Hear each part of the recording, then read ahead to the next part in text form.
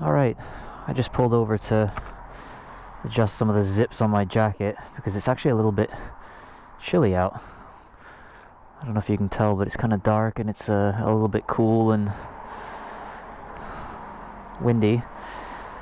And while I pulled over, I thought I'd show you, because I'll forget to otherwise, how I set up the V-Strom for trips.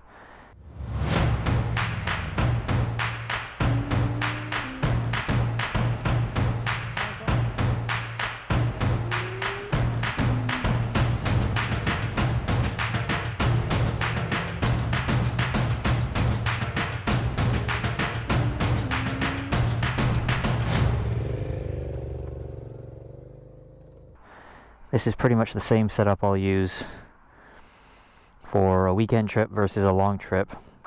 And it's a good time to show you the new cases I just got. I've been looking for a pair of these for a very long time. These are the SW Motec Traxx ADV cases. German brand.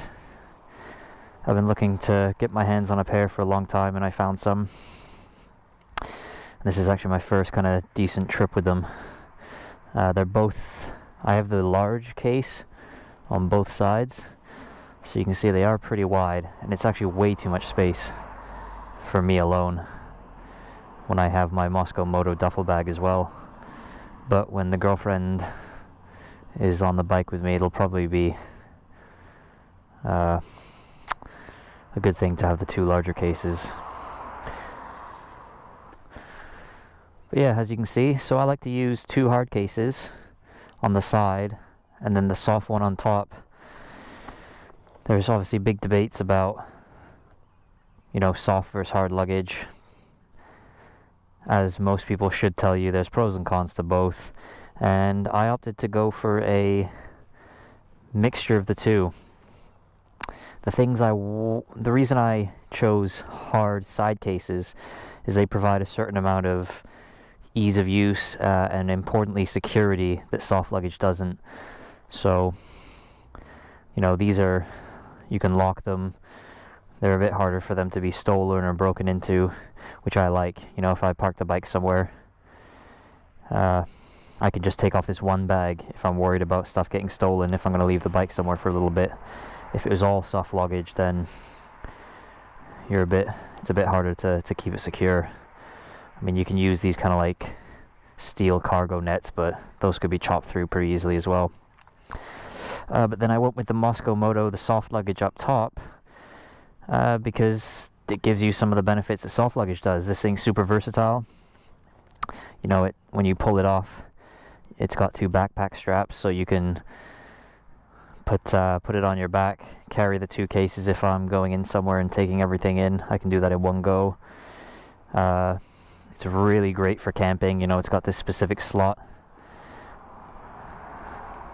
for my tent poles, sorry. So I actually put all of my camping gear in here. The way I set it up is this thing acts as basically my entire campsite in one bag. I've got my tent, tarp, tent fly, tent poles and stakes, sleeping bag, sleeping pad, and my little packing cube full of clothes. So I can take this thing off.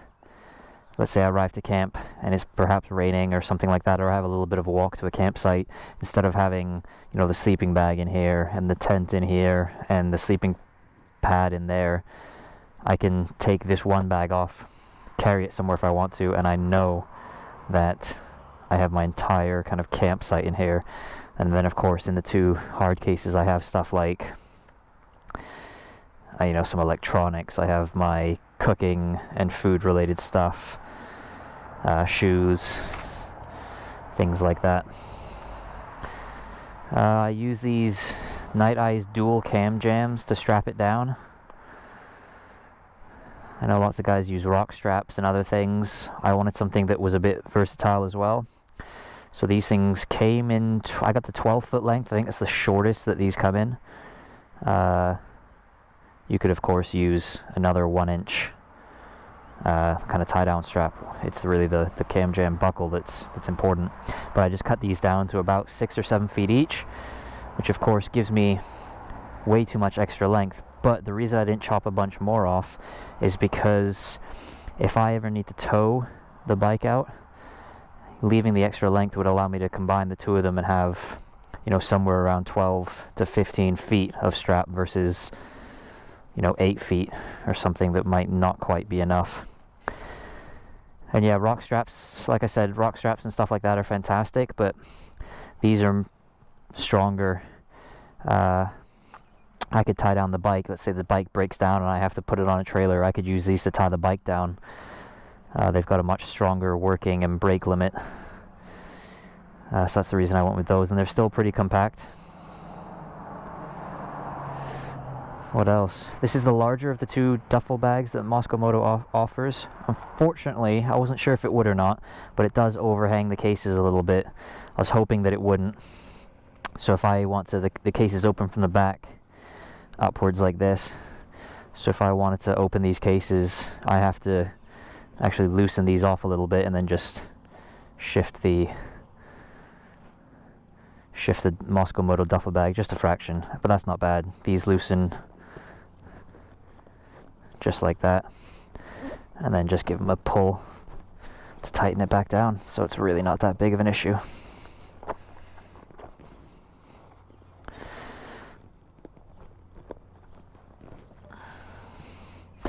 But yeah, while I was pulled over, I figured I'd give you guys a little bit of a rundown on the kind of packing setup I use on the V-Strom. Like I said, I put a lot of thought into whether I go with hard luggage, soft luggage, or a mix of the two, which is what I ended up deciding on doing. And I think that's something that most people don't think about or suggest, is a mix of the two. It's either hard or soft. You know, and I liked a bit of both. I can leave these on. They're lockable, more secure, but then I also have the versatility and usefulness of the soft luggage. You know, I should have mentioned in particular, the thing with the Moto that's also great. There's tons of features about this that's great, but I'm mentioning some of them that come to mind. The beaver tail that they call it here. So if you end up with a soaking wet tent fly or jacket or clothing or shoes or anything else, you know, you can stuff it in here and it won't get anything else wet, you know, whereas if it was hard cases or a hard rear case as well, you don't really want to put something wet mixed in with all your other gear. You know, you can use dry bags, but having this beaver tail feature is really nice, and it's things like that that made me choose at least one piece of soft luggage for the versatility.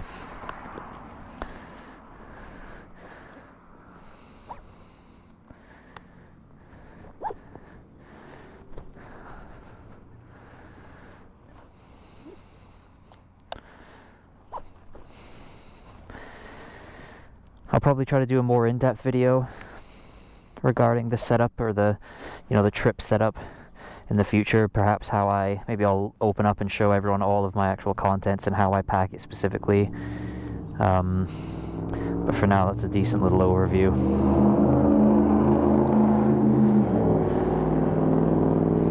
That's allowed.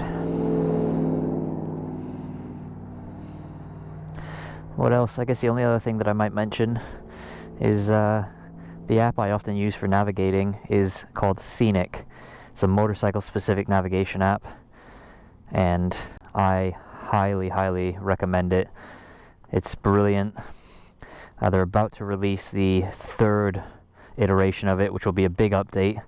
The primary change with that is they'll be using a new map provider, which is one of the few things that I think the Scenic could do better. But it's nothing that they have really much control over. They use a certain map provider, and they can't really change how the maps from that provider work or route. But it's something that they're switching for the next upgrade, big update. But yeah, Scenic is a fantastic motorcycle-specific app. It's the app I used for all of my tours around Europe and the Alps. I pre-planned all of my routes, and it was Scenic that I used for my navigation and route tracking. So yeah. And I'm losing a bit of daylight, so I'm going to be on my way. As always, thanks for watching, guys. I'll catch you later.